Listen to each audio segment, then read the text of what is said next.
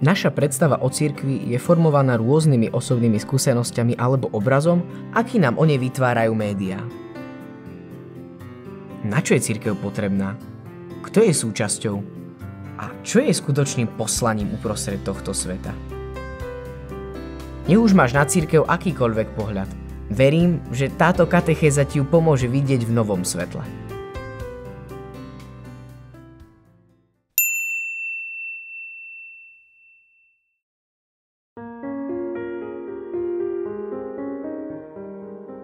Veľa ľudí dnes hovorí: Boh áno, ale cirkev nie. Verím v Boha, ale neverím kňazom. Je to však práve cirkev, ktorá spája ľudí s Bohom. Nie je možné mať Boha za otca, ak nemám cirkev za matku, povedal svätý biskup a mučeník Cyprián z Kartága. Cirkev nie je dielom ľudí, je dielom Boha. Založil ju sám Ježiš Kristus. Petra ustanovil za prvého pápeža slovami: Ty si Peter, a na tejto skale postavím svoju cirkev a pekelné brány ju nepremôžu.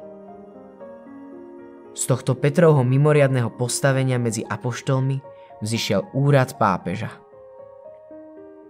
Pápež bol ustanovený ako záruka neomylného odovzdávania evanjelia. Poslaním Petra a všetkých jeho nasledovníkov je túto vieru strážiť, aby nikdy neochabla, a posilňovať nej svojich bratov.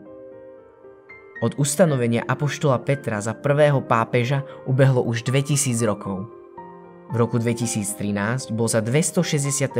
nástupcu apoštola Petra zvolený kardinál Jorge Mario Bergoglio z Buenos Aires.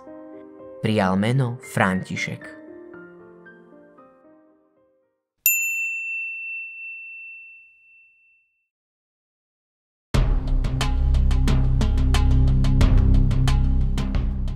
Je pravdou, že cirkev si svoju úlohu nevždy plnila ideálne.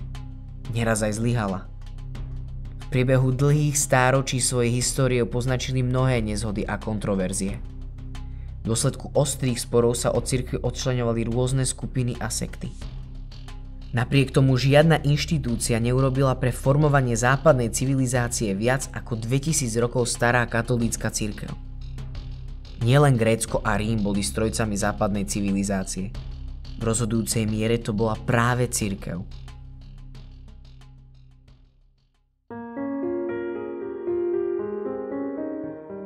Dnes už nikto nemôže popierať, že katolícka cirkev mala veľký vplyv napríklad na odstránenie otroctva, hoci to bol náročný a dlhodobý proces. Sociálna spravodlivosť bola vždy jednou z kľúčových tém cirkvi.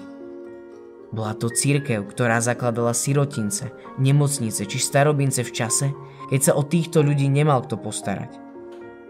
Až v modernej dobe prevzal istú mieru zodpovednosti za sociálne veci štát. Avšak cirkev dodnes zastupuje starostlivosť v mnohých oblastiach, kde štát zlyháva. Nezanedbateľné sú aj misijné aktivity katolíckej cirkvi a jej organizácií v rozvojových krajinách po celom svete. Cirkev rozhodujúcou mierou vplývala i na formovanie vedeckého myslenia. Má nezmazateľný podiel na vzniku a vývoji prírodných vied a mnohých ďalších kultúrnych výdobytkov.